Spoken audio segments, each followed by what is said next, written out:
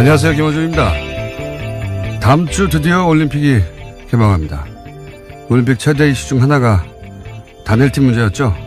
관련해 보수는 프레임 하나를 만들어냈습니다. 북한 선수들 참가는 남한 선수들 기회를 박탈한다. 공정하지 않다. 올림픽은 그 탄생부터 평화를 위한 것이었고 유치하는 노력부터 이미 공공의 자원이 엄청나게 동원이 됩니다. 하여 선수들도 올림픽 정신의 구현과 공공의 이익을 위해 때로는 개인적 이익 일부를 남과 공유할 의무가 함께 부여되는 겁니다. 전쟁이 고론되던 상황에서 우리 공동체에게 평화의 상징이 필요하다. 그럼 개개인 출전 시간 중 일부는 그 목적을 위해 공공재가 될 수도 있는 게 올림픽의 정신과 공공의 이익에도 부합하는 겁니다. 정부가 그런 메시지의 전달과 관리에 실패한 측면이 있습니다. 그것대로 비판할 수 있죠. 하지만 출전 시간이 줄어서 공정하지 않다는 단순한 프레임 하나에 거의 모든 언론이 아무런 문제 제기도 없이 동조하는 상황이 저는 참으로 기이합니다. 올림픽이 개인 커리어만을 위한 취업 박람회가 아니잖아요. 올림픽이 개인만의 경영이면 올림픽기와 국기는 왜 겁니까? 선수 명함하고 이력서를 걸어야지. 올림픽만 생각해온 어린 선수들이 거기까지는 생각 못했을 수 있습니다. 당황하고 억울할 수 있죠. 그럴 때 단일팀이 가지는 상징과 의의, 올림픽의 공공성과 우리 공동체가 필요로 하는 평화의 절박함을 그들에게 얘기해 줄 수 없다면 언론이 뭐하러 있습니까? 김어준 생각이었습니다.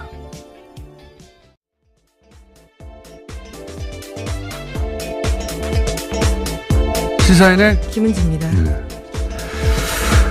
이 이슈는 원래 정부가 메시지 관리에 실패한 게 맞아요. 네. 그에 대해서 정부 관계자들이 사과를 하기도 했습니다. 네. 당황했다고 봅니다. 왜냐하면은 단일팀이 이렇게 운전된 적이 없기 때문에 준비가 안 됐어요. 메시지 전달과 관리에. 그리고 또 그만큼 보수가 초장부터 아주 잘 치고 들어온 프레임이고.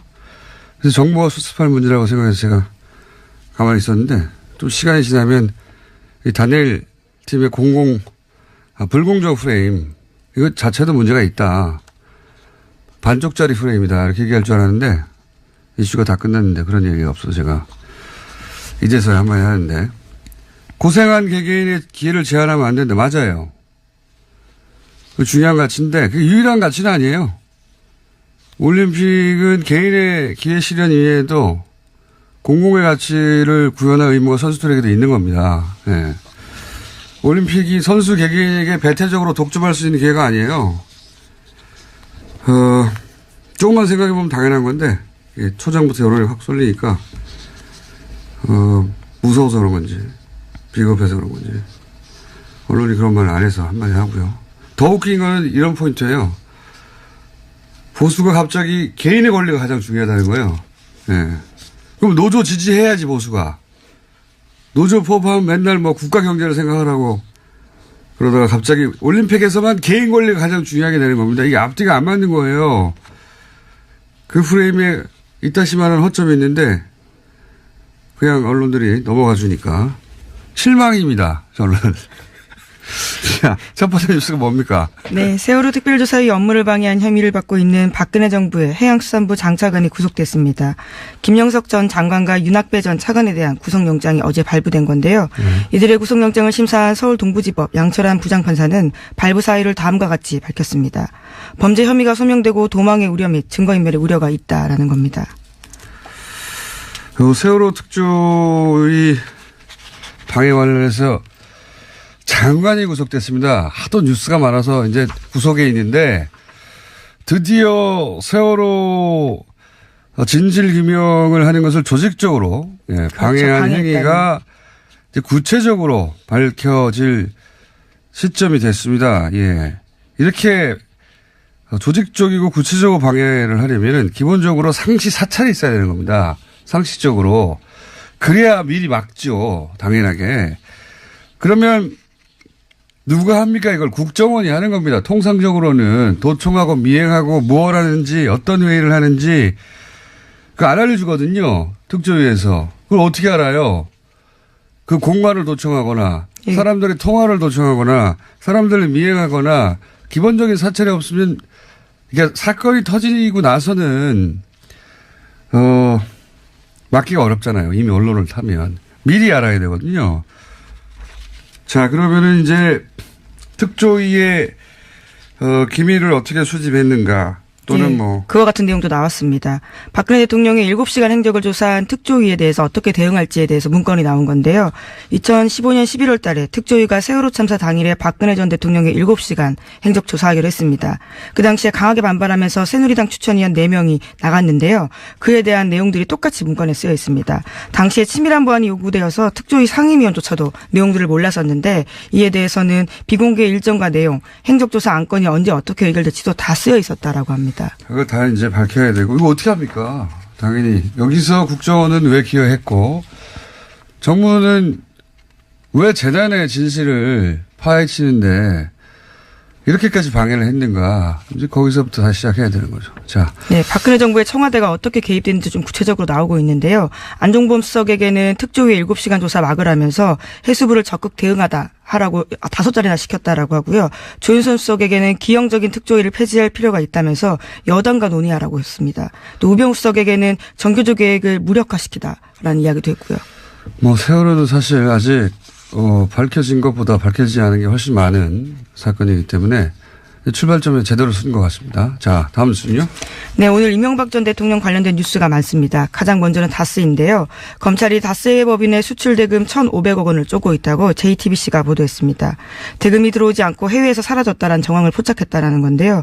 검찰은 최근 다스의 전현직 회계 관계자들을 불러서 조사하고 있습니다. 주진우 기자가 그리고 안홍구 청장이 몇 달 전부터 계속 주장하는 얘기죠. 예, 해외로 빠져나가는 돈, 예, 비자금. 그리고 제가 2012년에,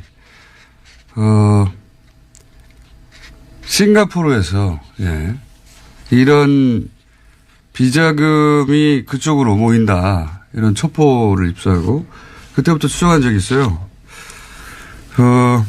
미국이 스위스 계좌를 이제, 털면서 국제적으로 블랙머니가 싱가포르로 많이 이동했었거든요. 그때. 스위스 은행이 싱가포르로도 많이 이사를 갔고요, 그때. 왜냐하면 거기가 합법적으로 차명 계좌가 가능합니다.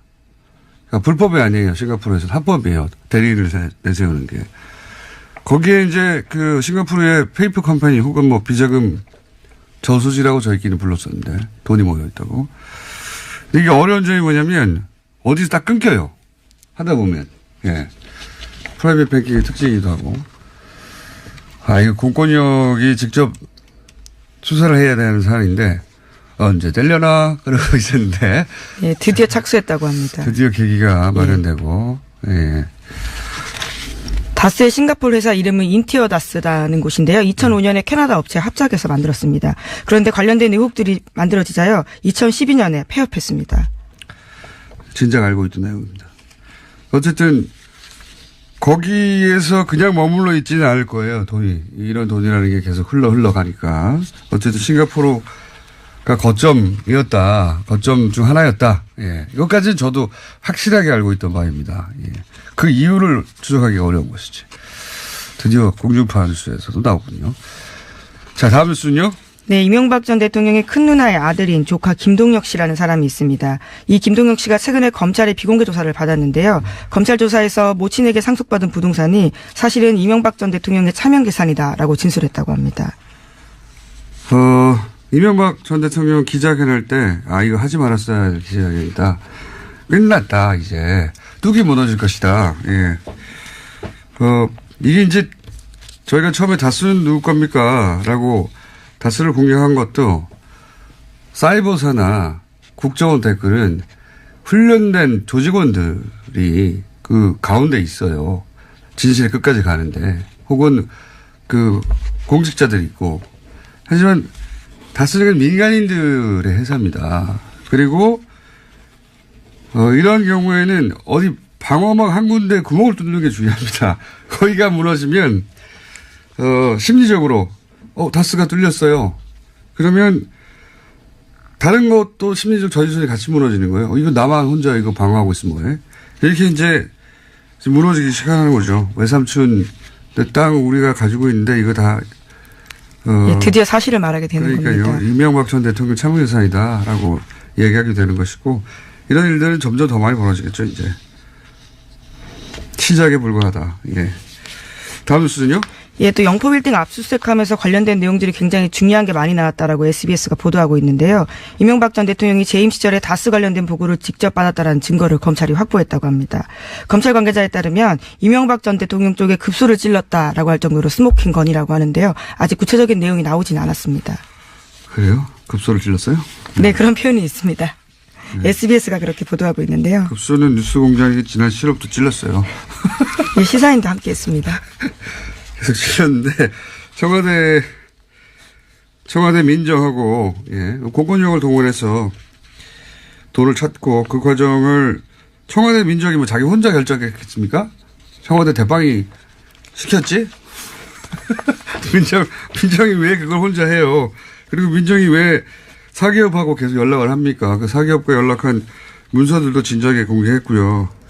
그렇지만 검찰 조사가 중요한 건 그때 이제 뉴스공장에서 여러 가지 문건을 들고 얘기했지만 대통령이 보고를 받았다고 하는 문건이나 증거를 여기 이 부분은 검찰만 확보할 수 있는 거죠. 예, 그걸 검찰이 확보했다면 이제 완성이 되는 거죠, 그림이.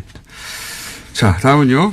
네, 김재정 씨와 관련된 이야기도 여러 차례 말씀드렸습니다. 이명박 전 대통령의 처남인 고 김재정 씨가 일종의 키맨이다라는 건데요. 그와 관련해서 상속자인 부인 권모 씨가 검찰 조사 받았습니다.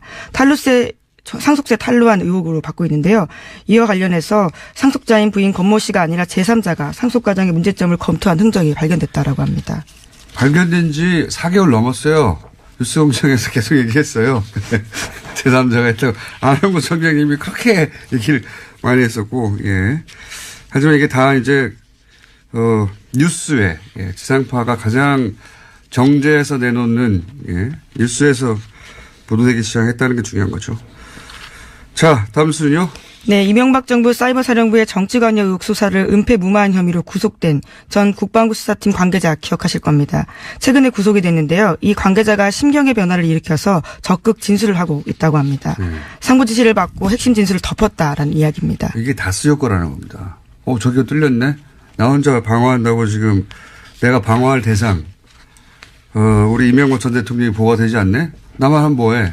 예, 이런 심리적 저지심을 뚫리는 효과가 있어. 다른 분야도 다 이렇게 될 겁니다.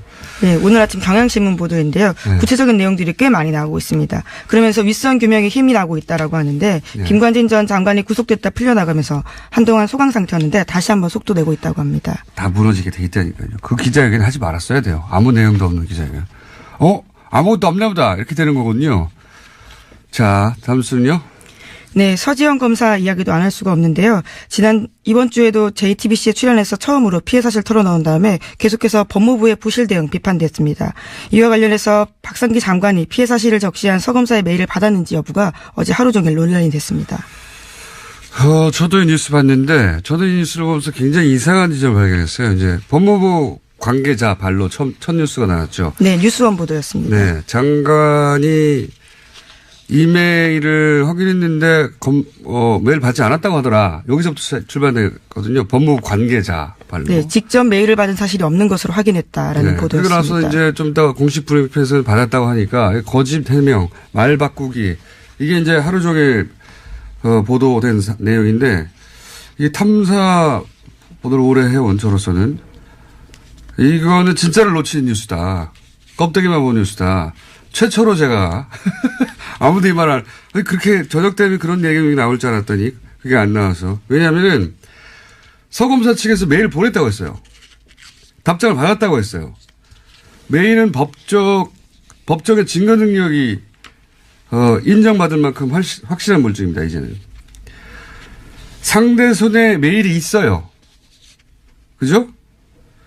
이거를 있다고 하는데 일부러 거짓말해서 상대 손에 있는 증거를 없앨 수가 없는 거예요. 득시 들통이 나는데 이런 건 바보도 안 하는 거짓말입니다. 이렇게 생각을 해야 돼요. 첫 출발부터. 그리고 이렇게 큰 사건인데 여검사가 성추행을 당했다고 장관한테 직접 진정을 했어요. 이게 맨날 있는 일입니까? 최초로 있는 일이에요. 잊을 수가 없는 사건이에요, 이거는. 더군다나 관련자가 현직 의원입니다.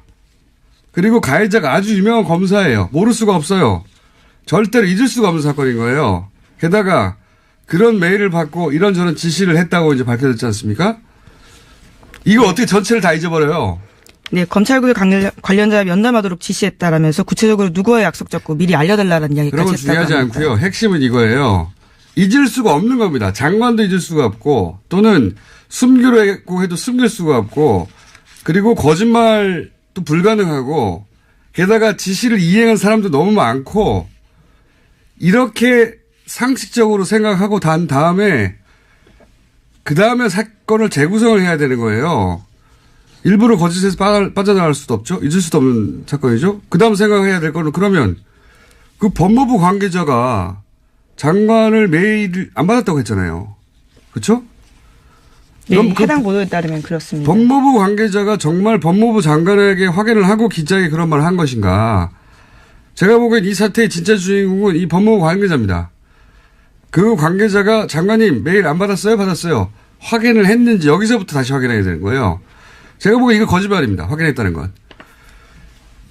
다시 말씀드리지만 상대한테 물증이 있고 잊을 수 없는 사건인데 면담한 직원도 있어요. 관계자가 많아요. 아는 사람이 너무 많아. 장관이 거짓말해서 피할 수도 없고 얻을 이득도 없어요. 이렇게 생각을 못하면 기자들이 관성적으로 그냥 법무부 관계자와 법무부 브리핑이 차이가 나. 아싸 거짓말 이렇게 기사 쓴 겁니다. 이렇게 하면 맨날 껍데기 기사가 나오는 거예요. 진짜 질문은 그 관계자는 왜 그랬냐. 10중 8구 제가 보기엔 거짓말했어요. 이걸 파야 진짜 뉴스가 나온다. 법무부 장관이 조직 장악이 안 된 건가? 아니면은 이전 정부의 인사 일부가 사보타지를 하고 있는 건가?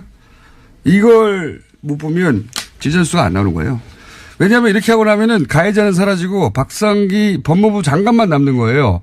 사건의 주요 인물인 것처럼. 하여튼 마음에 안 듭니다, 요새. 자. 네, 어쨌거나 서검사도 법무부 담당자 만나서 진상조사 요구했는데요. 해가 넘도록 조치가 치러지지 않았다는 점도 이야기하고 있습니다. 그 점은 그 점대로 따질 일이에요. 예, 그 점은 그 점대로 따질 일이고 피해자 입장에서 만족스럽지 않은 거죠. 예. 근데 이제 사건의 포인트가 법무부 장관이 아닙니다. 제가 보기엔. 이 첫 보도가 나간 관계자를 봐보세요. 그리고 관계자와 장관의 말이 일치하는지를 확인해 보세요. 거기서부터 진짜 사건이 숨어 있다. 자, 다음 수는요? 예, 오늘 아침에 한국일보에서 안철수 국민의당 대표의 인터뷰가 있었는데요. 예, 바른정당과 손잡고 통합신당 준비하고 있는 중입니다. 이에 대해서 지방선거 이야기가 좀 나왔었는데 6.13 지방선거나 재보궐선거 출마 등 모든 가능성이 열려있다라는 이야기를 했습니다.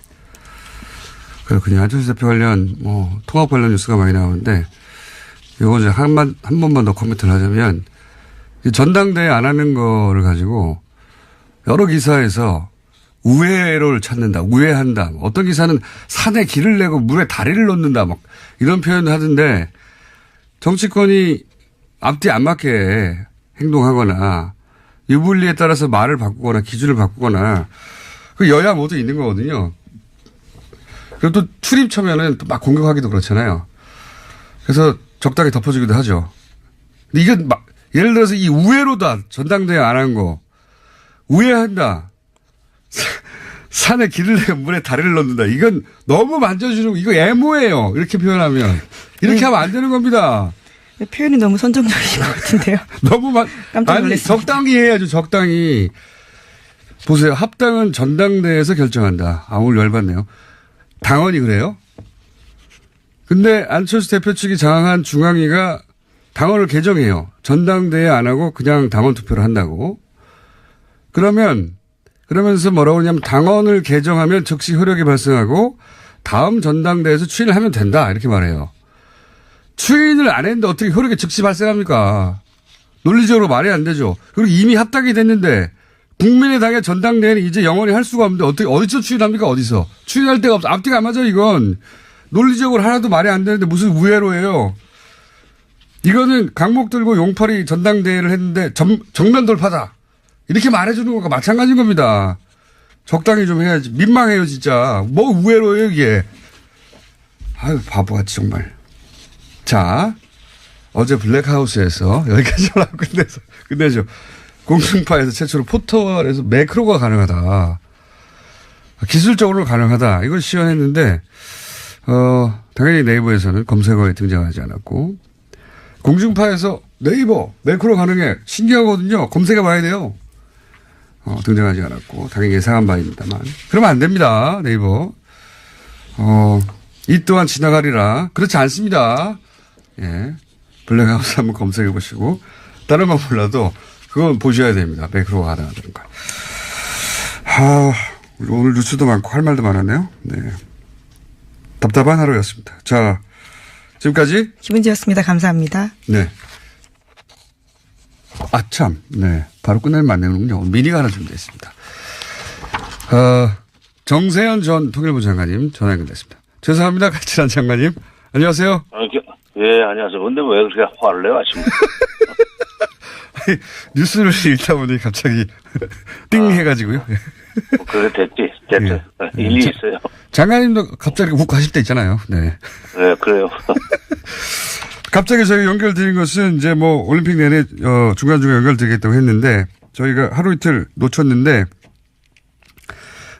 열병식 관련한 뉴스도 있고 그리고 뭐 금강산 안 갈 뉴스도 있는데 우선 북한이 금강산에서 행사 안 하겠다고 갑자기 나온 이유는 뭐라고 보십니까?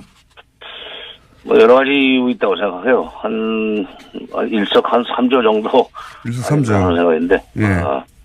첫째는 남쪽에서 그 금강산 문화행사를 비롯해서 예. 남북이 이렇게 뭐 공동원하고 또 공연하고 하는 걸 가지고 무슨 북한의 체제 선전이니 네. 또는 뭐 한미동맹을 이간시키려고 하는 거니 하는 식의 보도들을 일부 언론에서 하지 않았습니까? 많이 했죠. 그다음에 예. 또, 그다음에 또 2월 8일 날 하게 돼 있는, 건군절 행사, 70주년 건군절 70주년 행사도 그것도 무슨 올림픽에 오기로 해놓고 그 전날 하는 법이 어딨냐.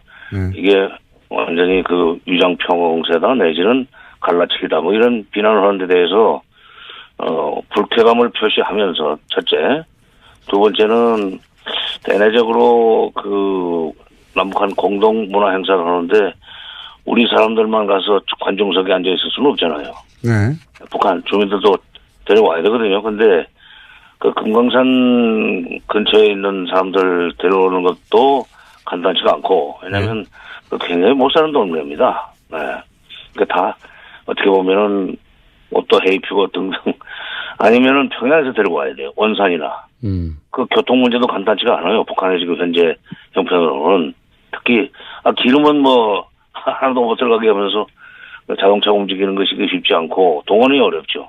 그 다음에 세 번째는, 이제 북쪽 공연도 하지만, 네. 우리 쪽에서 가서 공연할 거 아니에요? 네. 우리 쪽에서 가서 공연하는 거에 대해서 북쪽이 좀 부담을 느낄 겁니다. 무슨 얘기냐면, 지난번에 그 블랙하우스 때 잠깐 보였던 그 베이비복스 평양 공연. 네.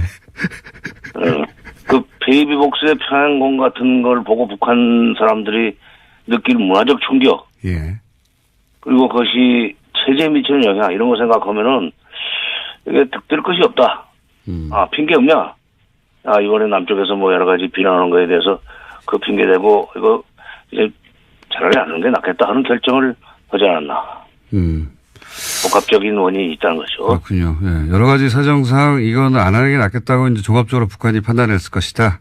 예. 네, 그 대신 마식령 스키장에 뭐 공동 훈련을 한다는 것은 그 별로 그렇게 접촉 기회가 없어요. 선수들끼리는. 예. 스키이기 때문에 이게 기록 경기 아닙니까 스키가. 그러니까 실제로 갔다 온 그 기자들 얘기 들으니까 각자 북한 선수 한번 쭉 타고 내려오고 네. 우리 선수 타고 내려오고 뭐 그러고 끝났다. 별로 이렇게 물론 만나서 뭐 이야기하고 하는 그거는 뭐 좋은데 이 같이 어울리는 시간이 적기 때문에 그건 부담을 별로 안 느꼈을 겁니다. 그렇군요. 이제 이 공연도 하고 남측에서 가서 오래된 시설들도 이제 이용해야 하고 뭐 북한 입장의 형편도 있고 또 남한에서는 이걸 또 비판도 하고 하여튼 복합적으로 기분도 나쁘고 형편도 어렵고 현실적인 어려움도 있고 뭐 이런 차원일 것이다. 네. 듣고 보니 그러네요. 예. 예. 이건 어떻습니까? 또 한 가지는 건국절 열병식. 북한에서는 건군절. 건군절. 예, 국이 아니라 건군절. 이거는 우리 입장에서는 올림픽 전날인데 이렇게 군사적인 퍼레이드를 해야 되느냐. 뭐 이런 분명히 입장이 있을 수 있고, 북한에서는 아니 이거는 이쪽 행사인데 니네가 이것까지 못하게 하면 안 되지. 뭐 이렇게 입장이 갈리는 건 한편으로 양쪽을 생각해 보면 당연한데요. 결국은 이 행사를 하겠죠, 당연히. 그렇죠. 이게 원래 북한의 건군절이 네. 1948년 2월 8일이 건군절입니다. 네. 지금으로부터 70년 전이죠. 네. 그런데 그러다가 78년부터는 건군절을 4월 25일로 바꿨어요. 그게 이제 1932년 4월 25일 그때 21살짜리 김일성이 네. 김성주였죠. 처음에는 항일 빨치산 항일 유격대를 만들었다고 하는 날이 4월 25일이에요. 그거를 건군절로 이렇게 만들었어요. 네. 그때부터 78년에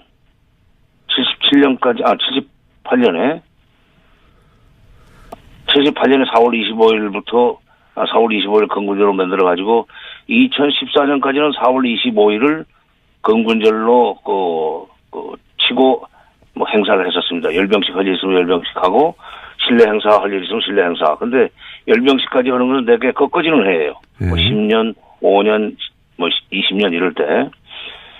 그러다가 다시 그러니까 15년부터는 김정은 시대죠. 김정은 시대에 와서 다시 건군절을 2월 8일로 되돌려놨어요. 그리고 지금 이번에 금년이 처음으로 맞는 꺾어지는 해입니다. 70주년. 금년 신년사에서 9월 9일이 정권 수립 기념일인데 그게 70주년이라는 얘기부터 하면서 그걸 대대적으로 하자. 그리고 그걸 잔치로 만들자. 그리고 남쪽에서 마침 평창 올림픽도 있으니까 그것도 우리가 참가하는 식으로 해서 그것도 좀 축하해주자 하는 얘기를 신년사에서 했었습니다. 그러니까 이게 2월 8일이었다가 4월 25일로 됐다가 2015년부터 2월 8일로 다시 되돌아간 건데 이게 이 김정은 시대에 와가지고 아버지 때 그러니까 김정일 때 그리고 김일성 때 성취하지 못했던 여러 가지 군사적 업적을 한 번에 이번에 보여주려고 할 거예요. 예를 들면 무기도 들고 나올 거고 장거리 미사일 같은 것도. 이제 우리 옛날에 박정희 전두환 시절에 국군의 날 행사를 생각해 보면 열병식 하면은 탱크 무슨 미사일 끌고 나오고 공중에서는 비행기 날고 그러지 않았습니까? 그러니까 그런데 이제 우리 올림픽 전날 바로 하는 것이 하필이면 또 날짜가 공교롭게도 그렇게 됐습니다. 그건 우연히 그렇게 일치했죠. 우연히 그렇게 됐는데 거기는 건군절 70주년 행사기 때문에 이걸 작게 할 수가 없어요. 70년 전에 벌어진 일이라 바꿀 수가 없고 70년 전부터 벌어진 일이라 바꿀 수가 없고 그렇죠. 그쪽에서는 큰 잔치다. 그러니까 바꿀 수는 없겠네요. 옆집의 잔치에 이제 가기 전날 자기네 칠순 잔치하고 오는 셈인데 그건 뭐라고 그러겠어요. 그러니까 그리고 무기를 끌고 나올 거예요. ICBM도 나올 거고 여러 가지 위협적인 행사를 할 텐데 그게 밖으로 그러니까 우리가 볼 때는 미국이나 우리가 볼 때는 위협적이 될 수 있지만 그쪽으로 봐서는 이거 우리가 이렇게까지 만들었다는 자랑스러운 일종의 전시 행사인데 그 대내 통치 차원에서 하는 걸로 봐야 됩니다. 김정은의 소위 장악력을 높이고 아버지 할아버지 못지않은 업적을 쌓았다고 하는 것을 과시하려고 하는 행사이기 때문에 그렇게 완전히 평창 올림픽에 재뿌리려고 한다 하는 것으로 이렇게 몰아붙여서는 안 되죠. 그럴 필요가 없어요. 알겠습니다. 각자 하고 오라고 해도 돼요. 저희는 7년 전에 결정됐지만 여기는 70년 전에 결정된 거라 바꾸서 그 잔치를 바꾸기 어렵다. 이렇게 이해하면 되겠습니다. 자, 오늘 여기까지 짚어보고요. 제가 보기엔 또 한 1, 2주 사이에 또 장관님을 모시고 간단하게 핵심을 체크해야 될 것 같습니다. 오늘 말씀 감사합니다. 예. 지금까지 정세현 전 통일부 장관이었습니다. 서울대관이 안원구 전 국세청장님 나오셨습니다. 안녕하십니까. 네, 안녕하십니까. 네. 다른 것 진행하기 전에 플란다스에게 많은 분들이 궁금해하실 것 같아가지고 제가 이제 양쪽을 다 만났습니다. 물론 한쪽은 여기 계시고, 네. 이사회 관계자도 만나봤어요. 입장을 정확하게 이해하고 싶어가지고, 예. 그리고 이제 여러 우려도 충분히 들었고, 네.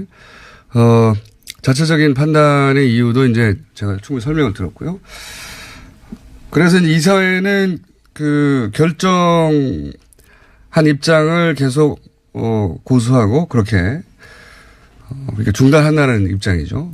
그리고 또 청장님은 또 나름의 이유로 플란다스계를 계속 추진하시는 입장이신 거죠. 네, 그렇습니다. 네. 이 입장이 양쪽 다 확고하기 때문에 제가 이제 양쪽 다 만나서 그러면 입장을 확인한 만큼 양쪽의 입장을 존중하는 가운데 해법이 뭐가 있는가 열심히 찾고 있고 다음 주 정도면은 이렇게 양쪽의 입장을 존중하면서 해결할 수 있겠다고 하는 내용을 다음 주에는 제가 말씀드릴 수 있을 것 같습니다. 제가 중재자 이런 거 진짜 싫어하는데 어쩔 수 없어요. 저희가 방송에서 얘기를 했기 때문에 중재자는 지금 귀찮거든요. 근데 충분히 그 이사의 입장도 들었고 그래서 그랬구나 하고 또 청장님도 또 계속해서 왜 계속 추진해야 하는지 말씀하셨기 때문에 양쪽의 입장을 잘 존중하고 살리되 그러나 해법은 세상에 해법이 없는 경우는 없어요. 예. 해법을 잘 찾아서 다음 주에는 이 시간에 명쾌하게 알려드리도록 하겠습니다. 양쪽을 잘 살려서. 자, 그 얘기는 다음 주에 말씀드릴 수 있을 것 같고 최근에 국세청장이 다시 등장하고 막 뉴스에. 네, 그렇습니다. 반가우셨겠어요? 네. 감옥 갔다 오신 분으로. 전 국세청장들 중에 좀 물론 이런 정치적 사건은 아니지만. 예. 그렇게 이제 명예가 추락하거나 그런 경우가 있긴 있었죠. 근데 이번엔 좀 케이스가 다릅니다. 케이스가. 예. 정부의 그 하청 혹은 청부사죠. 이건 청부, 사찰에 동원된 거 아닙니까 이게. 지금 이명박 정부의 국세청 정말 그 사악함의 끝이 어딘지 어디까지 추락해야 될 것인지 네. 정말 참 너무 답답한 그런 상황인데요. 지금 간단하게 얘기하면 이현동 전 국세청장이 당시 일을 시작했을 때 국세청장이 아니었죠. 그렇습니다. 요약하면 김대중 전 대통령 그리고 노무현 전 대통령의 해외 비자금을 찾기 위해서 국정원이 프로젝트를 가동했고 그때 이제 자금 추적하는 데는 국세청이 짱이니까 국세청의 이런 핵심 인물들이 국정원으로부터 돈을 받고 게다가. 예. 그것도 대북 특수공작비를 전용해서 그 돈을 받고 또 그 돈 일부는 또 미국 국세청에 뇌물로 줬다는 거예요. 뇌물로 주고. 그리고 이게 국세청은 무슨 그 국정원이 흥신소나 심부름센터로 활용한 것 같아요. 그러니까요. 그걸 기꺼이 수행했고 근데 열심히 찾았는데 아무것도 없더라. 그렇죠. 그래서 덮었다. 그게 이제 덮었기 때문에 영원히 묻힐 수 있었는데 이번에 엉뚱하게도 원세훈 전 국정원장을 뒤지다가. 그렇습니다. 그분이 또 이명박의 최순실이라고 제가 부르기 시작했는데 거기서 구멍이 쑥쑥쑥 나가지고 여기까지 온 거예요. 예. 그리고 이게 지금 다른 것보다 제가 가장 붕괴하는 이유는 지금 돌아가신 대통령 두 분입니다. 이게 살아 계시는 분들도 아니고 돌아가신 두 분 대통령을 엿보이기 위해서 그렇죠. 음해하려고 하는 거 아닙니까? 그러니까요. 이거는 부관 참시에 하려고 하는 거거든요. 그러니까요. 네. 이거는 정말 천인공노할 일이라고 저는 생각합니다. 말도 안 되는 짓에 그 동원된 인원 중에 국세청장이 등장해가지고 이거 안홍구 청장님하고 자세히 얘기해 봐야 되겠다. 예. 내부 사정을 잘 아시는 분으로서 이게 이제 쭉 한번 읊어주시죠. 어떻게 된 건지. 전후. 그러니까 데이비슨 또는 연어 이런 공장명으로 이제 돌아가신 두 분 대통령을 음해하기 위해서 미국까지 직원들을 공조직 직원들을 보내가지고 파견해가지고 뇌물까지 써가면서 그 사실을 파악하려고 했었다는 것이고. 노무현 대통령 살아계실 때는 한상률 전 청장이 노무현 대통령 뒤를 캐는 역할을 한 거 아닙니까? 그죠? 그렇죠. 그랬다가 나중에 결과적으로 태강실업 세무조사를 통해서 노무현 대통령이 돌아가시게 된 그런 그 결과를 가져왔고요. 그 이어받은 분이 이제 지금 이현동 전 청장이라는 거 아닙니까? 그리고 그 뒤에 다시 또 그 DJ 비자금 때문에 독일 가서 전번에 얼마 전에 국민의당의 그분이 그 이야기를 하면서 비자금이 얼마 있는 거 뭐 봤다 검찰에서 봤다 해가지고 그렇죠, 문제가 된 적 있죠.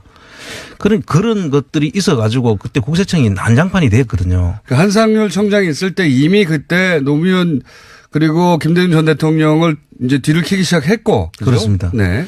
그래서 그게 문제가 돼가지고 한상률 씨가 미국으로 도망가고 뭐 도망갔습니다. 예, 그렇게 됐는데. 네, 도망갔는데 그 돈 어디서 났는지 추적해야 돼요. 예.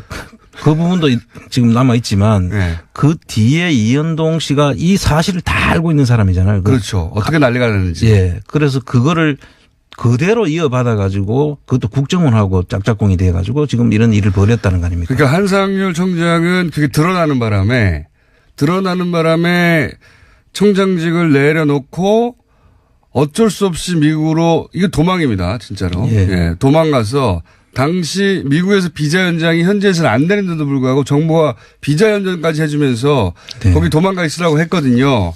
그러면 국세청에서는 야, 이거 정부 하청 서찰하다가 난리가 났다. 이렇게 다 알고 있는데도 불구하고 그 다음 청장이 또 이런 일을 한 거 아닙니까? 몰래. 그러니까요. 이게 있을 수 없는 일이죠. 그렇게 조직을 망가뜨려 놓고 또 이 일을 저질렀다는 것. 그리고 저는 이 혼자 개인이 한 일은 아닐 거라고 생각합니다. 예. 좀 이유를 설명해 주십시오. 이게 지금 미국까지 보내려고 하면 예. 미국 국세청하고 접촉하는 조직이 있었을 거 아닙니까? 네.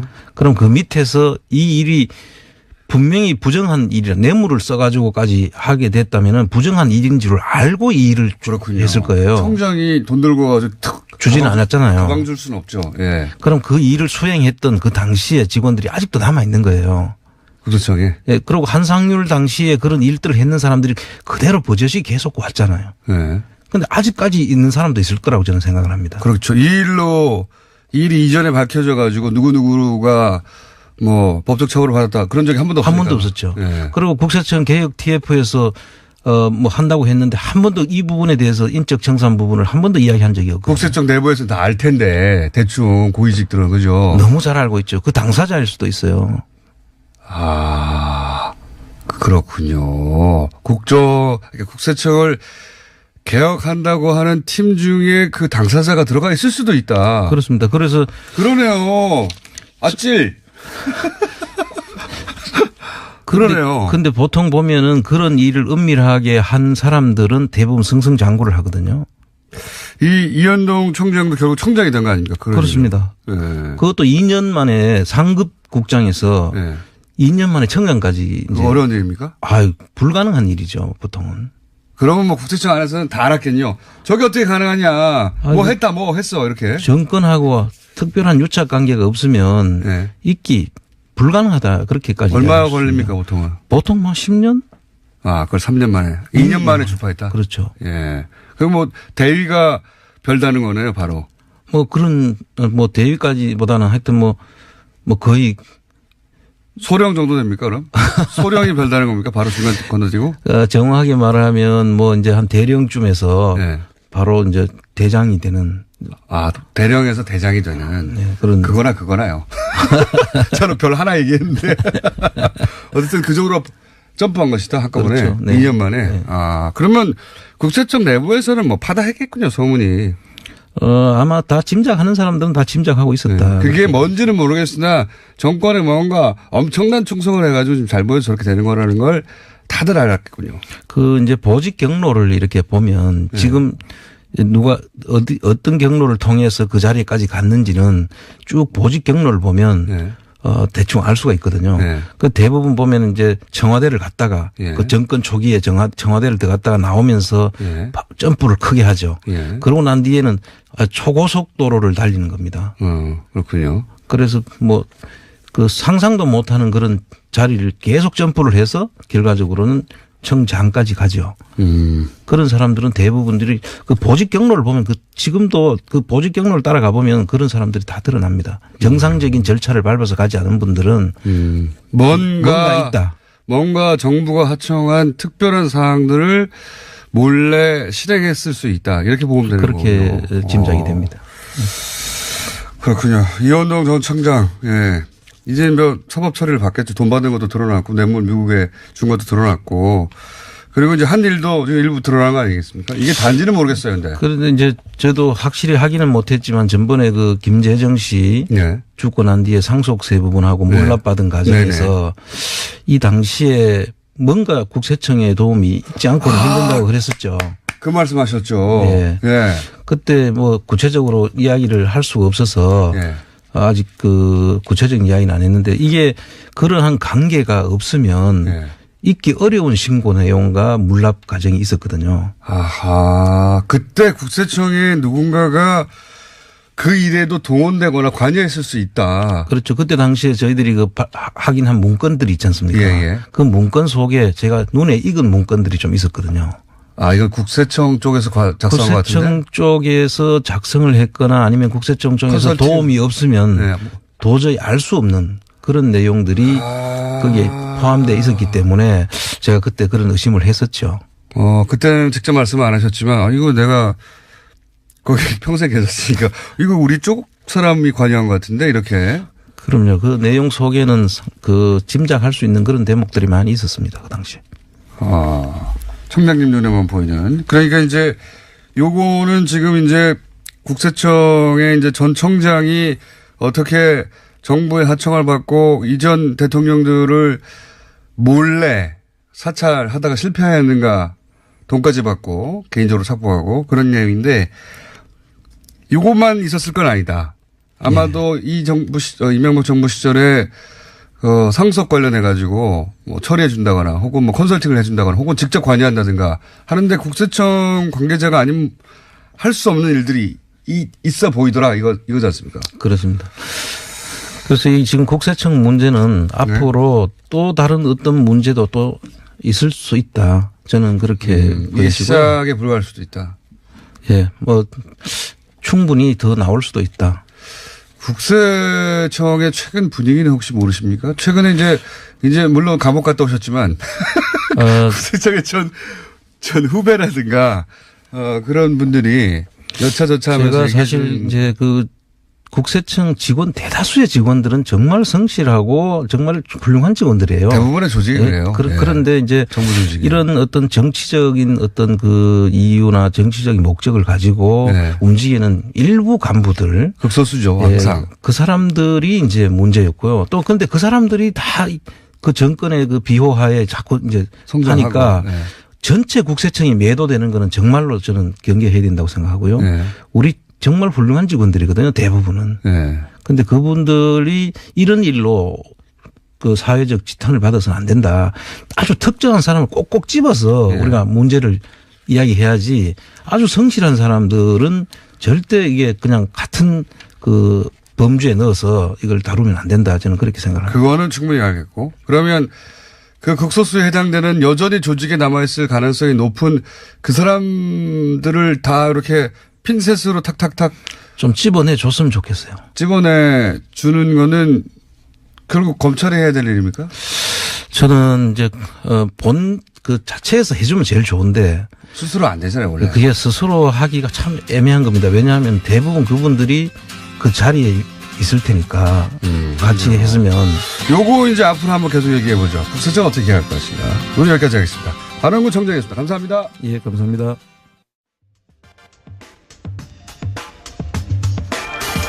30년 전에는 하계올림픽을 주최했고 그리고 16년 전에는 월드컵을 저희가 개최를 했습니다. 그리고 이번에는 동계올림픽. 세계 3대 스포츠 제전을 모두 개최한 6번째 나라가 다음 주면 됩니다. 그래서 저희가 오늘 모셨습니다. 문체부 도종환 장관님을 직접 모셨습니다. 안녕하십니까? 네, 안녕하세요. 6번인지 아셨습니까? 5번째입니다. 틀렸네, 내가. 세다 보니까 6번째 같은데. 러시아가 되는 거 아닙니까? 또 저희가 5번째라고 얘기할 때는 세계 육상선수권 대회 같이 큰 대회까지를 포함해서 이런 빅 이벤트를 다 치른 나라는 5나라밖에 없다. 이게 저희의 늘 주장입니다. 그럼 6번째, 5번째인지 팩트 체크를 이미 다 하셨다는 거죠? 네. 그럼 제가 틀린 걸로 하겠습니다. 모르실 줄 알았는데. 장관님은 이제 다른 얘기 하기 전에 국회의원 비례하실 때 네. 예, 재선도 안 나간다고 하셨잖아요. 예. 근데 무려 장관식이나 계속 하시고 네. 욕심쟁이 아닙니까? 네, 그렇게 뭐 말씀하셔도 할 수 없고요. 제 앞에 어떤 운명이 기다리고 있을지 네. 저는 잘 모르겠다라는 말씀을 드린 적이 있는데 자꾸 사회적 역할 같은 것들이 저에게 이제 주어져서 저로서는 이제 굉장히 큰 부담을 안고 이런 일들을 하고 있습니다. 재선 국회의원도 할 수 없이 하시는 네. 거고요. 장관도 할 수 없이. 네. 네. 나는 하기 싫은데 시대가 나를 원하니까 할 수 없이. 예. 욕심쟁이. 네. 자, 요 얘기는 여기까지만 하고 마음고생을 좀 하셨죠.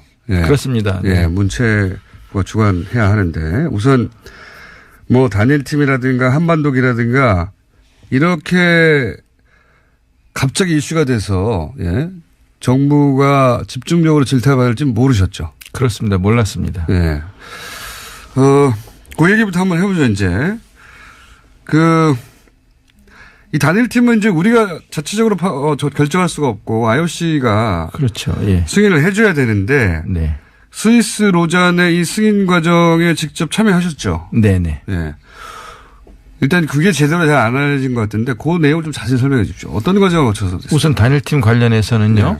제안을 저희가 지난해 6월 무주 세계 태권도 선수권 대회가 열려서 북한 태권도 시범단 ITF 시범단이 무주에 왔을 때 장웅 IOC 위원이 왔어요. 그래서 장웅 IOC 위원에게 우리 이희범 평창 올림픽 조직위원장이 예. 제안을 단일팀을 포함한 여러 가지 제안을 했고요. 예. 했고 또 IOC 위원장 토마스 바흐 위원장에게 또 똑같은 제안들을 했고 우리가 진작에 했군요. 예. 우리가 단일팀 협상에 나서겠다고 했더니 IOC 위원장이 창구를 단일화해달라.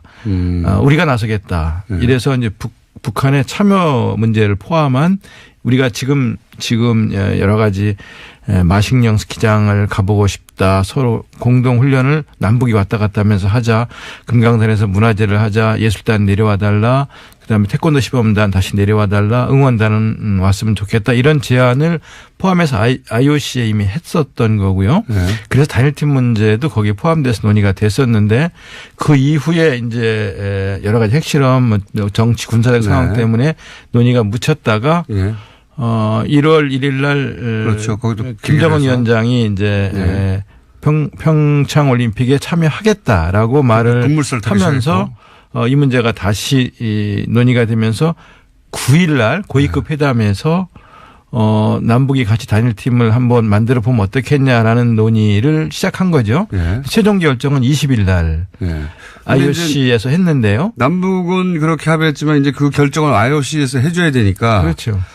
스위스 로잔에 가셨고 그때 그러면 회의 주제를 아예 IOC 위원장이 했습니까? IOC 위원장이 주재하는 거죠. 직접 위원장이 직접 주재하고 IOC의 그 집행위원들도 참여를 하는 남북이 같이 참여하는 남북 IOC 위원도 함께 참여하는 회의였는데요. 장관님도 가셨고. 네네. 북한의 체육부 장관도 왔었고요.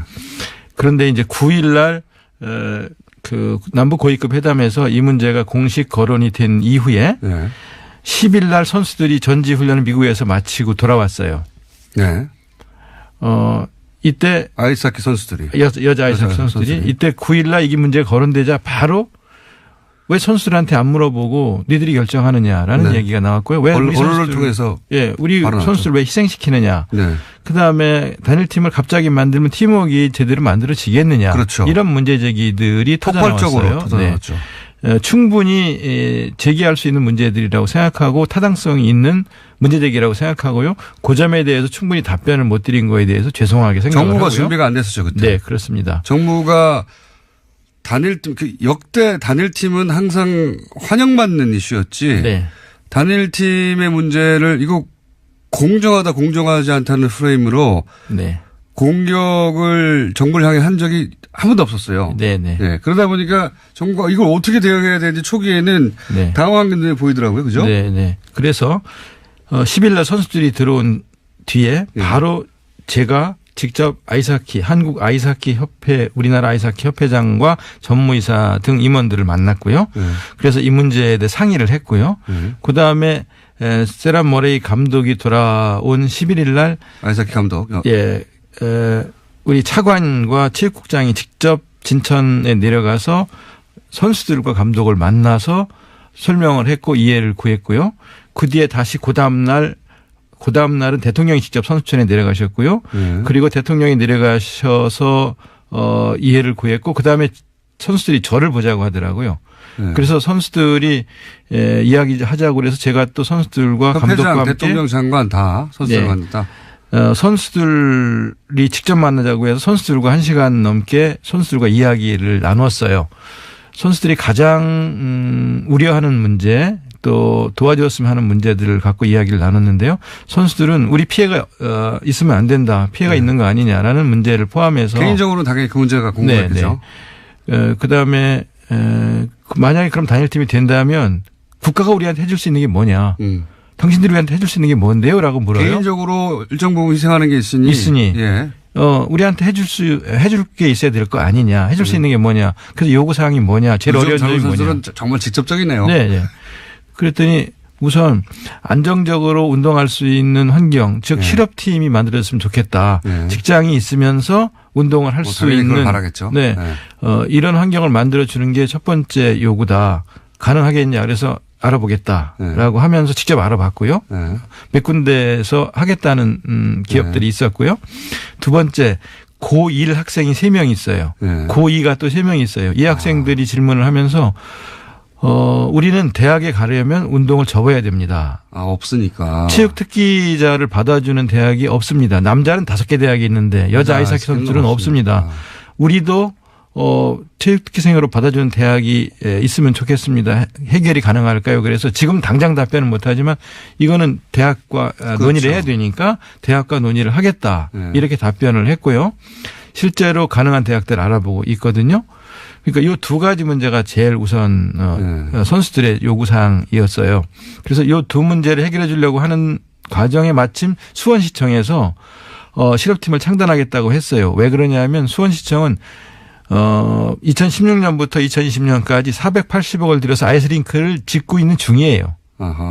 마침 아이스링크를 짓고 있는 중인데 이런 상황이라면 우리가 창단하겠다. 창단비 25억 정도 들어가는데 그럼 우리가 창단하겠다. 대신 창단하면 문체부에서도 좀 지원을 해주고 도와줄 수 있겠냐 그래서 그건 가능하다. 거기까지 알겠습니다. 예. 선수들이 또 하나 요구하는 게 있는데요. 협회에서도 요구하는 게 지속적인 지원이 제일 중요하다. 그래서 2022년 평창 동계올림픽에는 우리 재력으로 8강에 진출하고 싶다. 그때까지 계속 지원해 줄 수 있겠냐. 지원해 줄 수 있다.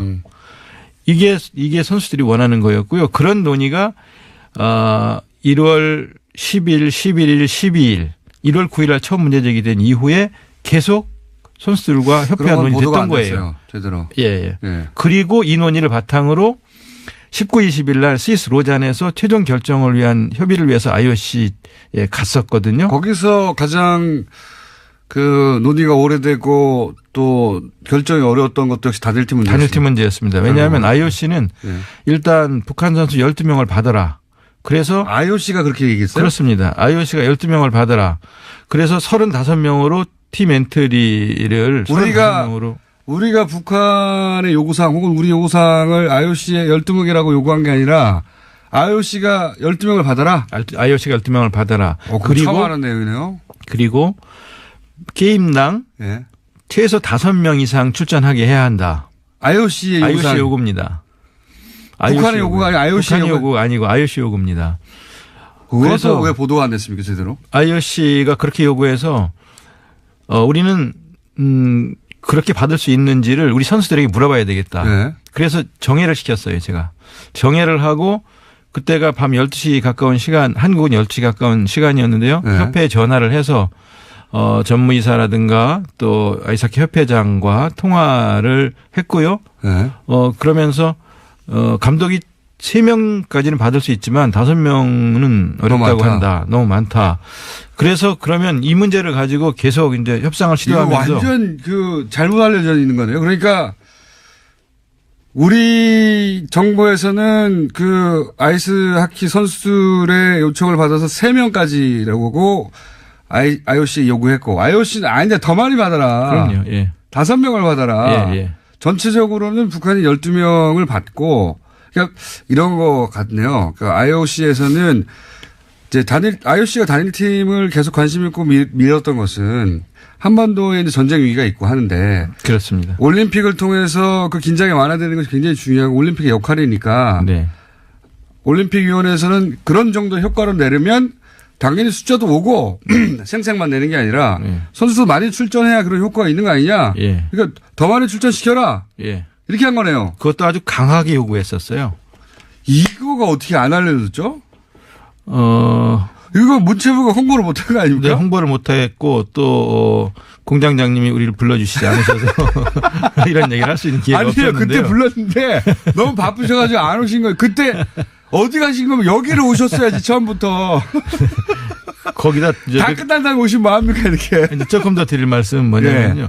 그렇게 강력하게 요구를 하는 바람에 정회를 해놓고 이거 완전히 예상 논의를 하다가 우리가 5명 요구했는데 IOC가 3명으로 줄여라. 이게 아니네요. 아닙니다. 거기다가 워낙 IOC에서 세게 요구를 하기 때문에 정회를 하고 우리 선수 입장을 물어보았고 논의를 계속하고 문자를 주고받으면서 우리 아이스하키 협회에서는요 잠을 안 자고 새벽까지 계속 우리와 논의를 해가면서 기다리고 그 문자를 주고받으면서 했었고요. 연맹 이런 데서도 뭐 발언권 있지 않습니까? 국제 아이스하키 연맹에서는 어떻게 요구를 했냐면은요. 국제 아이스하키 연맹 르네 파젤 회장이 선수를 희생시키기 어려운 국내 사정이 있다면 북한 선수 5명을 더 포함해서 27명의 게임 엔트리를 주겠다는 것이 IIHF 국제 아이스하키 연맹의 공식 결정이다. 와, 다른 나라는 22명이 뛰고 우리는 27명이 뛰게 해주겠다. 예. 그게 가능하냐? 일본이나 스웨덴이나 스위스가 그 동의하겠냐?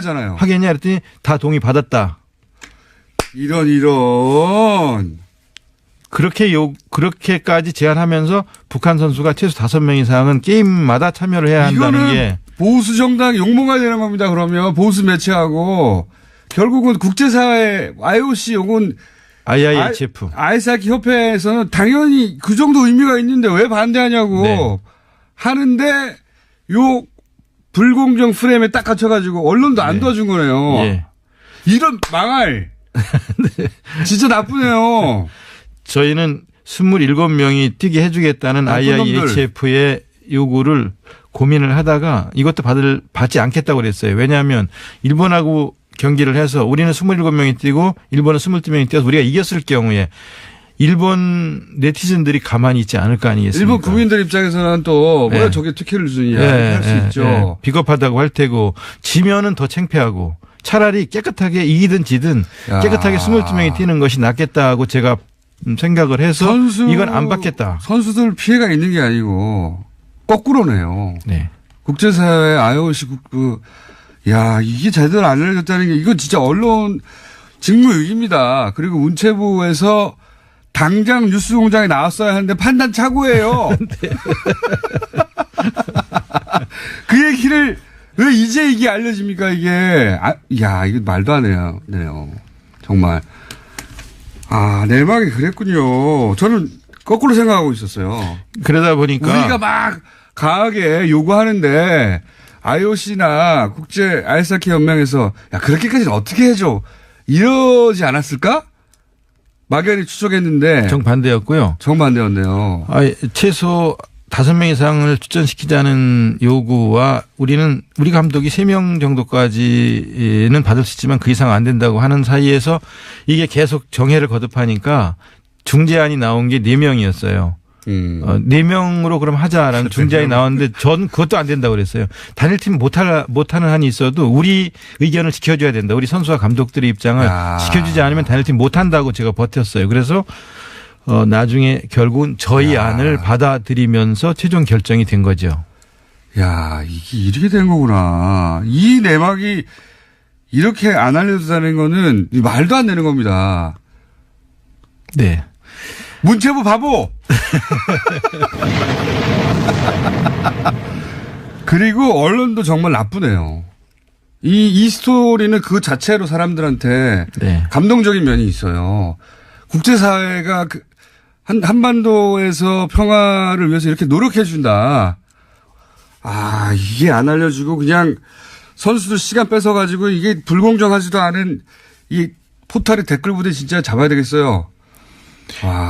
그 선수들이 희생되는 걸 어떻게 할 거냐라는 문제 제기에 관련해서 이제 북한 선수 3명이 들어오면 우리 선수 3명이 완전 제외되는 게 아니냐라는 그 견해가 있지 않습니까? 그런데 완전 제외된다든가 하는 것은 이제 저희도 이건 안 된다고 생각을 하고 선수 선발은 전적으로 감독에게 맡긴다는 것이 IOC의 결정 중에 또 하나예요. 근데 5번 경기를 하는데 4번을 뛰게 되는 경우가 생기거나 30분을 뛸 선수가 25분을 뛰거나 20분을 뛰는 경우는 있을 수 있어요. 그렇지만 완전 배제라는 것은 고려하지 않고 있는데 일반적으로 북한 선수 3명이 들어오면 우리 선수 3명이 경기를 아예 못 뛰는 거 아니냐라고 생각하는 거죠. 그렇지는 않습니다. 그렇게 또 퍼뜨린 거예요. 그러니까 저는 그 출전 시간 자체가 기본적으로 오늘 나오신다길래 제가 이제 그 이슈도 잠깐 했는데 출전 시간이 사회물이 아니거든요. 올림픽에서는. 네. 그거 다 대회 전체도 세금으로 쓰이는 거고요. 유치도 그 대한민국의 공공의 자산이 엄청나게 대통령부터 들어간 거고요. 그 행사 올림픽 전체가 무슨 개인의 경영만 하는 그런 이벤트가 아니에요. 그러니까 올림픽의 정신이 평화 아닙니까? 그렇게 탄생한 거 아니잖아요. 그렇죠. 그러니까 네. 더군다나 그 올림픽의 정신에 가장 부합되는 이벤트니까 또 IOC가 이렇게까지 나선 거 아닙니까? 그렇습니다. 네. 네. 그러니까 이 행사는 사실은 그 목적에 부합하는 정확한 이벤트가 나타났기 때문에 그 시간은 개인의 시간이 아니라 공공재가 되는 겁니다. 일정 그렇죠. 정도. 네네. 쉐어해야 하는 겁니다. 너무나 네. 당연하게. 이 얘기를 언론이 하지 않는 게 저는 불만이었는데 그 정도가 아니라 이 진상 전체가 제대로 전달이 안 됐네요. 전체 과정이. 그래서 저희는 양보라면 양보이고 희생이라면 희생이라고 볼 수 있는 부분을 인정하면서 작게 양보하고 크게 얻을 수 있는 길이 있다. 그 말씀을 드리고 싶었었는데요. 작게라도 양보하면 안 된다. 이건 희생이다라고 이제 주장하는 목소리가 더 컸었습니다. 목소리가 큰 게 아니고 그렇게 만들었어요. 사실은 제가 불만인 게 그겁니다. 아니 개인의 그 기회가 보장되는 것도 굉장히 중요한 가치죠. 올림픽에서는 그게 유일한 가치는 아니에요. 이런 다른 중요한 가치도 있기 때문에 그거 어떻게 잘 조율할 것인가 당연한 거지 않습니까? 네. 근데 이 일방적인 프레임을 막 때리면 언론이 어느 순간에는 그렇지 않은 면도 있다라고 이제 제어를 하거나 해야 되는데 나쁩니다. 비겁하거나 언론들이. 문체부 바보 그리고. 네네네. 뉴스구제에 빨리 나오시지. 예. 내막은 이제 알았습니다. 이 내막이 굉장히 중요하네요. 전후 과정이. 그리고 말씀하신 대로 IOC 입장에서는 한 달 전만 해도 전쟁이 일어날 가능성이 있을지도 모른다라는 위기의식이 있었고요. 북이 계속 핵실험 미사일 발사를 계속하면서 또 한미 군사 합동 훈련들이 진행되는 걸 보면서 올림픽이 이게 안전하게 치러질 수 있을까 하는 걱정이 있었고 거기에 대한 우려 때문에 프랑스라든가 독일이라든가 오스트리아 이런 나라에서는 선수들을 보낼 수 없다. 지금보다 상황이 악화된다면 선수들을 보내기 어렵다고 얘기할 정도로 위기가 높아졌던 상황에서 이것이 이제 평화올림픽으로 안전한 올림픽으로 치를 가능성이 있다고 생각하기 때문에 올림픽에서 제일 중요하게 여기는 가치인 평화를 실현하기 위해서 특히 남북이 저렇게 하나 되는 모습을 보여줄 수 있다면 본래 올림픽이 추구하는 가치가 실현되는 올림픽이 될 수 있다고 생각을 했던 거죠. 그렇죠. 맞습니다. 그래서 아마 르네 파젤 그 IIHF 국제 아이스하키 연맹 회장도 파격적인 제안을 하면서 다른 나라를 설득해갖고 그러니까요. 예, 국내 언론에는 보도가 잘 안 됐죠. 뉴스공장에서 보도 안 됐으니까 다른 데도 안 됐을 겁니다. 그런데 27명의 게임 엔트리를 주기로 우리가 다 국제 아이스하키 연맹이 협의를 해서 논의를 끝냈다. 그러니까 받아라라고까지 하는 것을 저희는 그거야말로 다른 나라에서 보면 불공정입니다. 받아들일 수도 있는데도 다른 나라 아이스호키 협회 연맹에서 좋다. 예. 그게 어떻게 선수 출전 시간 몇 분 가지고 따질 수도 없는 거잖아요. 그렇죠. 그렇게까지 결정한 사안을 요 안에서 보수해서 이게 불공정 프레임인데 출전 시간이 줄어든다니 작디 작은 프레임으로 다 뒤엎어버린 거예요. 다른 나라는 27명 했니네 그럼. 이렇게 하는 사안을. 네. 야 말도 안 되네요 정말. 이게 언론도 제 역할을 못하는 것이고 문체부 바보. 플러스 이 포탈에서 이런 여론이 전체인 것처럼 막 뒤엎어버렸거든요. 그것도 큰 문제입니다. 예. 아 이게 굉장히 중요한 내막과 진상이 저도 처음 알았어요. 그러나 저희는 또 광고를 해야 되기 때문에 잠시 알고 보면 저희 교통방송이라서 네. 안내를 하고 다시 잠시 후에 돌아옵니다.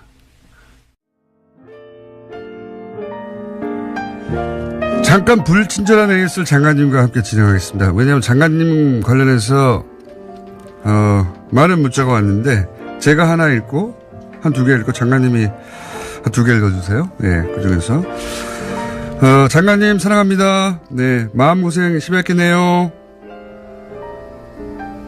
그러나 2277 읽어주시죠, 장관님. 웃을 일이 아닙니다. 장관님 반성해야죠. 앞으로 국민들이 바로 알아야 할 일이 있으면 미수 공장에 바로 출근하세요. 네, 그렇게 하겠습니다. 웃을 일이 아니라 그러는데 또 웃었네요. 네, 6559도 읽어주십시오. 공장장, 우리도 알아듣습니다. 제발 장관님 말 좀 듣자고요. 저한테 발언할 시간을 더 주세요. 네, 이런 두 종류의 문제가 이건 장관님 파이팅도 물론 오고 있습니다만 언론 관련 문제도 많이 옵니다. 아니 이거 놀라운 얘기다. 이거 처음 듣는다. 뉴스공장 듣는 분들이 이제 시사에 관심 많은 분들이고 그럼에도 불구하고 이런 뉴스를 몰랐던 거예요. 포털에 안 뜨니까요. 네. 아마 쓴 매체가 또 있을 수가 있습니다. 메인에 안 띄워주니까요. 네. 메인에 떠야지 알죠. 예. 그래서 포털에 계속 문제라는 겁니다. 이거 굉장히 중요한 뉴스고 이 뉴스가 사실은 뉴스의 밸런스를 잡는 것인데 안 나왔어요. 아마 어딘가에서 말씀하셨을 텐데 틀림없이 안 나왔어요. 그렇기 때문에 뉴스공장으로 출근하셔야 된다. 또 제가 혼자 말하고 있네요. 네. 그리고 저희 사장님 민원이 들어와 있네요. 영어 전문 채널 TBS EFM 강원도 평창에서 패럴림픽 끝날 때까지 방송하고 강릉 일대에서 매우 잘 들린다고. 예. 고맙습니다. 네. EFM도 한다고 합니다. 네네. 사실 저도 가끔 올 때 EFM 듣기도 하는데 올림픽 얘기 한참 하고 있어요. 그 한국에 사는 외국인들 입장에서 흥분되는 거거든요. 네. 야 마침 여기서 열리는구나 하고 가볼 수 있잖아요. 또 혼자 말을 많이 했기 때문에 여기서 끝내겠습니다. 지금 평창에는 외국 기자들이 신문 방송 한 11,000명 정도 지금 오고요. 지금 앞으로 더 올 거라고 생각이 되는데요. MBC만 2,400명이 옵니다. 그렇군요. 네. 그러니까 지금 이미 시작되고 있습니다. 네. 저 사실 요 방송 끝나고 외신 기자하고 인터뷰하기로 했어요. 네. 이유가 뭐냐면 아니 남북 단일팀 이슈가 왜 이렇게 문제가 되냐고 자기들 이해가 안 간다고. 그리고 이게 왜 불공정하다고 얘기되는지 이해가 안 간다고 인터뷰를 저한테 찾아서 예. 그렇죠. 저는 국제적으로 알려져 있으니까요. 왜 저한테 안 오고 공장장님한테서.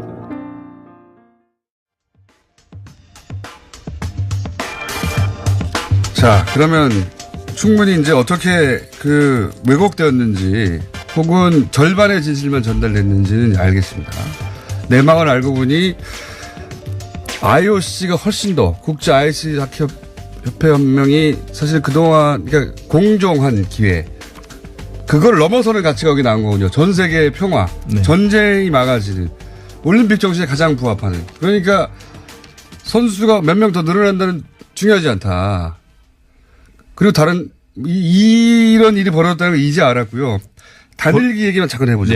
단일기도 이슈가 많이 됐는데 예. 여기 대해서 하고 싶은 말씀 있으십니까? 한반도기를 처음 들은 것은 91년인데요. 예. 한반도기를 남북이 합의해서 들은 깃발로 되게 생각들을 하시는데 IOC의 요구로 시작된 겁니다. 이것도 IOC. 네. 하긴 올림픽에 관련된 건 IOC가 최종 결정권을 다 갖고 있기 때문에요. 되는 거니까요. 1963년입니다. 91년이 아니고 1963년에 브런디지 당시 IOC 위원장이 한반도기 들고 입장해라라고 얘기를 한 겁니다. 그러니까 1947년에 우리가 IOC에 가입을 신청했을 때 예비 승인을 해주면서 남북은 당연히 한 나라인데 사무소는 서울에 두고 그리고 지금 예비 승인 단계이니까 조금 기다리라고 하고 있는데 전쟁이 터진 거예요. 그래서 전쟁 이후에 각각 IOC 가입을 하려고 하니까 안 된다. 이미 한 나라 한 깃발로 입장하도록 돼 있기 때문에 이거 지켜야 된다. 남쪽이 태극기 들고 오려고 하고 북쪽이 인공기 들고 들어오려고 하니까 안 된다고 하면서 그때 1963년에 당시 IOC 위원장이 한반도기를 제안한 겁니다. 한반도기가 그렇게 탄생한 거군요. 네네네. 그리고 91년에 처음 들기 시작해서 9번 동안 그동안 9번 한반도기를 들고 입장했던 것이고요. 이 한반도기가 입장을 한다고 하니까 그러면 태극기는이라는 문제 제기를 하셨어요. 그런데 IOC하고 개막식 행사에 관해서 이미 협약해 놓은 그 프로그램에는 개막식이 시작하면 대형 태극기를 8명이 들고 들어와서 운동장을 그 대형 태극기가 돌고 그 대형 태극기가 개항될 때 40명의 어린이 합창단이 애국가를 부릅니다. 그러면 관중들 중에 우리나라 사람들은 당연히 일어나서 같이 애국가를 합창을 하게 되어 있고요. 그 국기는 대회가 끝날 때까지 개항이 됩니다. 그리고 또 그다음에 한반도기를 들고 들어오면 우리가 금메달을 따도 한반도기가 올라갈 거 아니냐라는 문제 얘기를 또 하셨어요. 그런데 우리가 금메달 목표를 8개로 하고 있고 전체 메달을 20개 목표를 하고 있는데 메달 딸 때마다 태극기가 올라가는 거고요. 네, 당연하죠. 그건 네. 그리고 금메달의 경우에는 애국가가 연주되는 거고요. 이거는 IOC 규정이 그러니까 이렇게 되는 거예요. 그런데 또 오늘 아침 어제 저녁 방송에도 대한민국의 인공기 펄럭인다라고 하는데요.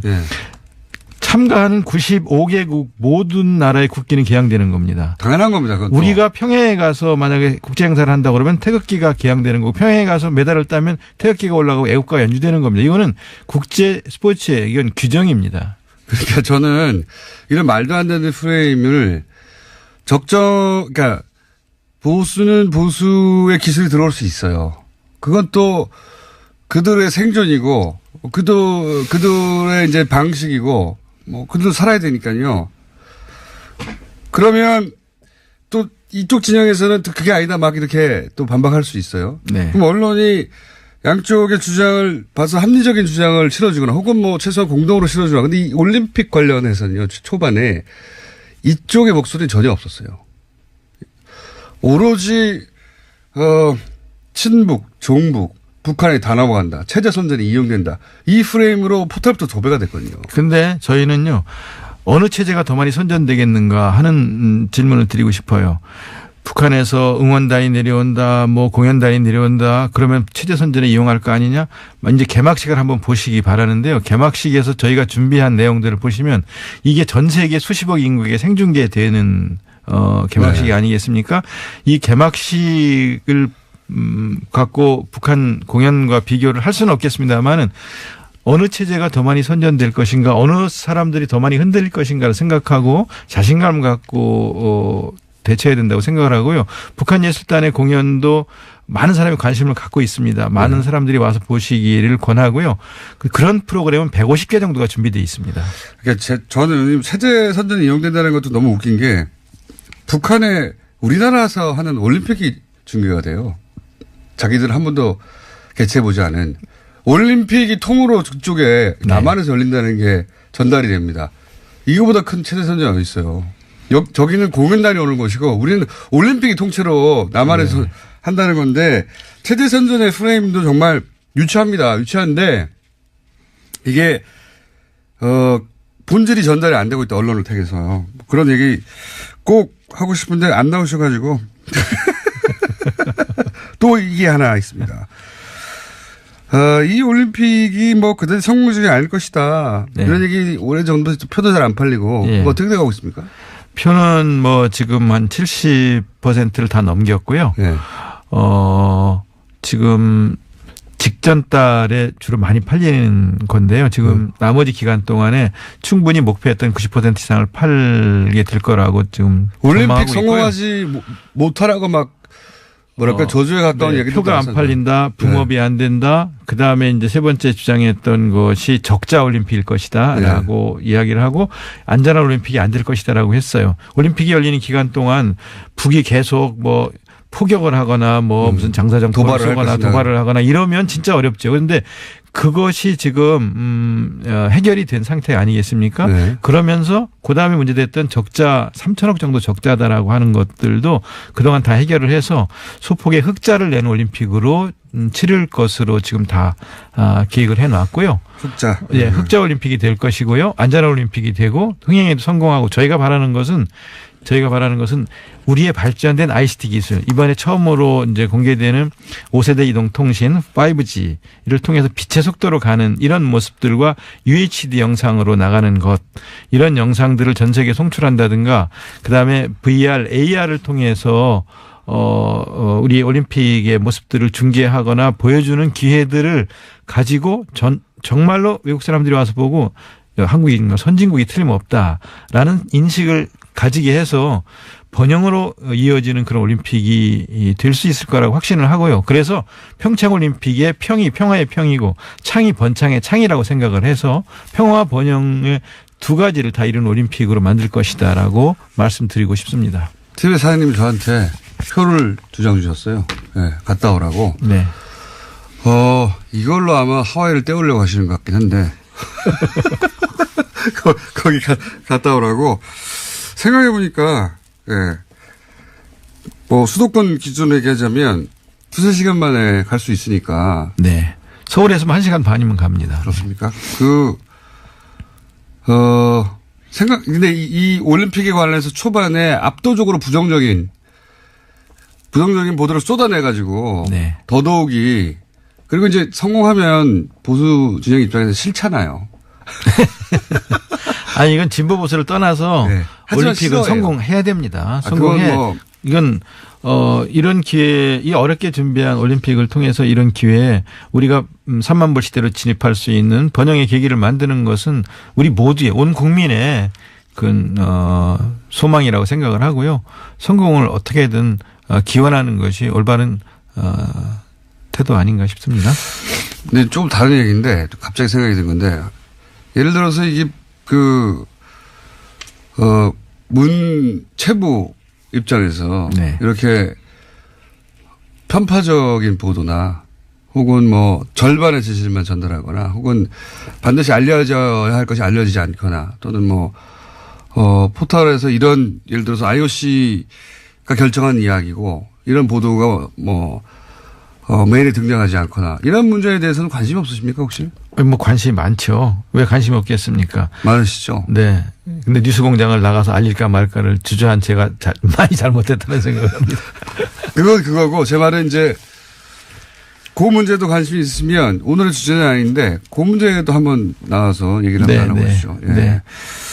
저도 개인적으로 굉장히 관심이 많거든요. 예. 그리고 이제 그게 포털은 공공의 영역에 이미 들어왔거든요. 사기업이지만 네. 그 영향력 사기업이 그 사적 이익을 추구한 건 당연한데 그 포털의 화면은 완전히 공공의 영역에 들어왔기 때문에 예. 다른 레벨의 이야기가 시작돼야 되는 것 같아서 한번 갑자기 문체부가 상관이 있는 것 같아요. 네네. 그렇죠. 상관 있죠. 자체적으로도 예 그런 문제들을 논의를 한 바 있습니다만 아예 그냥 이 문체부 조직 중에 예. 언론을 상대하는 조직 자체를 포털 쪽을 담당하는 시스템으로 전환하는 체제로 바꿀 생각입니다.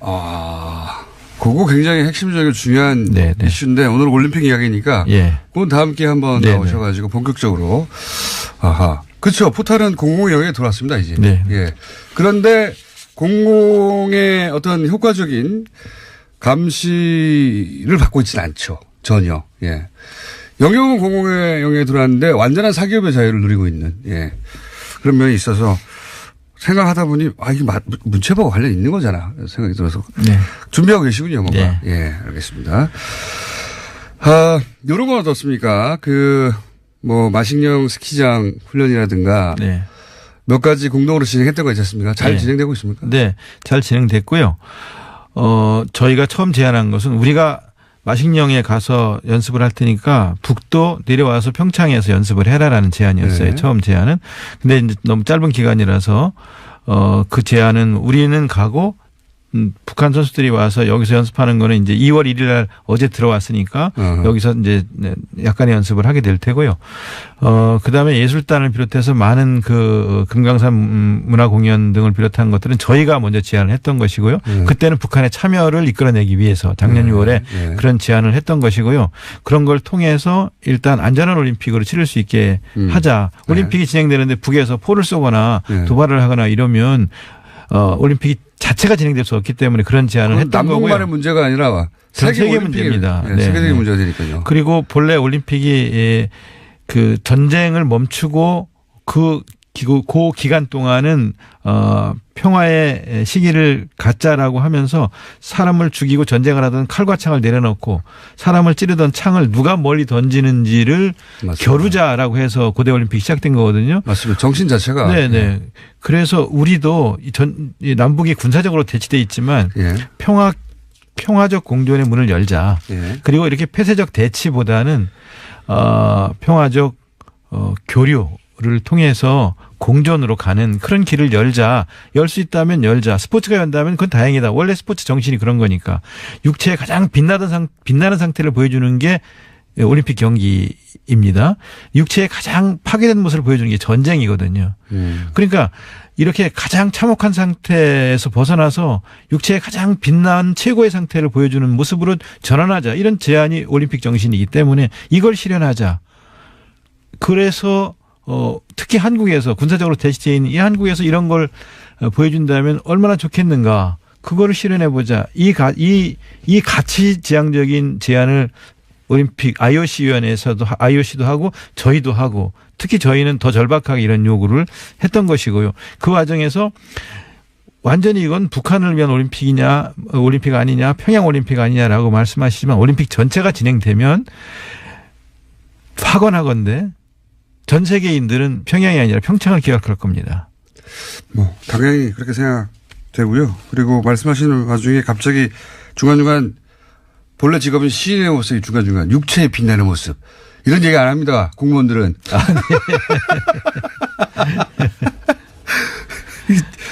듣다가 이분 시인이셨지? 아니 피겨 스케이팅을 하는 걸 보세요. 그 특히 피겨 페어 남녀가 같이 얼음판 위에서 하잖아요. 그냥 힘만 쓴다고 되는 게 아니고 힘을 적절히 잘 분배하고 균형을 이루면서 아름다움을 창출해내는 것이 피겨 페어예요. 그렇죠. 그리고 하다가 미끄러지는 경우가 있잖아요. 넘어지는 경우가 있어요. 그래도 우리가 선택한 음악이 계속 흐르면 음악이 끝나지 않으면 아름다움으로 다시 돌아가고 다시 일어나기 위해서 또 노력하고 다시 아름다움을 만들어내야 하는 것이 피겨 페어거든요. 우리 삶의 곳곳도 빙판이지만 우리가 선택한 음악이 끝나지 않으면 다시 일어나야 하는 것이 이 피겨다라는 걸 보여주는 그런 것들을 우리가 접할 수 있는 게 올림픽 아닙니까? 시인 맞습니다. 장관님, 도정환 장관님은 20, 30대는 모르실 수도 있는데요. 과거에 엄청 날리신 시인입니다. 요즘은 시집이 안 팔리고 있을지 모르겠는데 그때 엄청나게 화제가 된 시인이셨고 중간중간에 공무원의 신분을 잃고 갑자기 시인으로 돌아가가지고 그래서 많은 분들이 직접 오셔서 현장에서 일생에 한 번 있을까 말까 올림픽을 직접 보는 그런 경험들을 가지시면 참 고맙겠습니다. 이게 TV를 보셔도 좋지만 TV를 보시는 것과 현장에 와서 보시는 것의 차이는 방 안에 앉아서 통제를 먹는 것과 직접 바닷가에 가서 회를 먹는 것의 차이 정도라고 생각을 하고요. 직접 오셔서 구경을 하시면서 감동적인 장면들을 만나시기를 권합니다. 역시 후반부는 막판은 시인의 모드로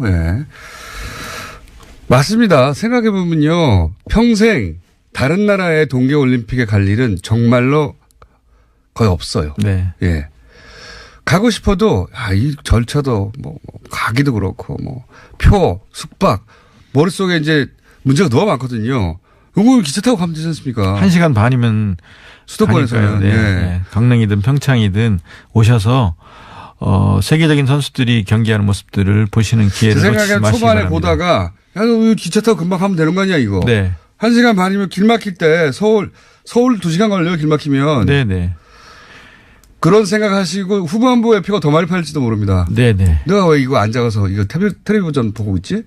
가면 되는데 이렇게 생각하시는 분들이 아마 그때 가서야 생기겠죠. 네. 언론도 사실 평창 올림픽에 대해서 이렇게 보도도 잘 안 해주고 기본적으로 이런 이슈만 보도하고 그러니까 논란. 그러니까 체육부 기자들이 기사를 쓰거나 방송을 내보내면 좋은데 정치부 기자들이 초반에 기사를 쓰면서 저희가 제대로 대응을 못한 것도 있고요. 또 저희가 뭐 성찰하고 반성해야 될 점도 있고 제대로 알리지 못한 점도 있다고 생각을 합니다. 어쨌든 그럼에도 불구하고 우리나라에서 30년 만에 다시 개최하는 이 올림픽에 많은 분들이 이제 오해도 좀 푸시고 또 같이 손에 손을 맞잡고 성공하는 올림픽이 될 수 있도록 도와주시면 고맙겠습니다. 알겠습니다. 지금까지 도종환 문체부 장관이었습니다.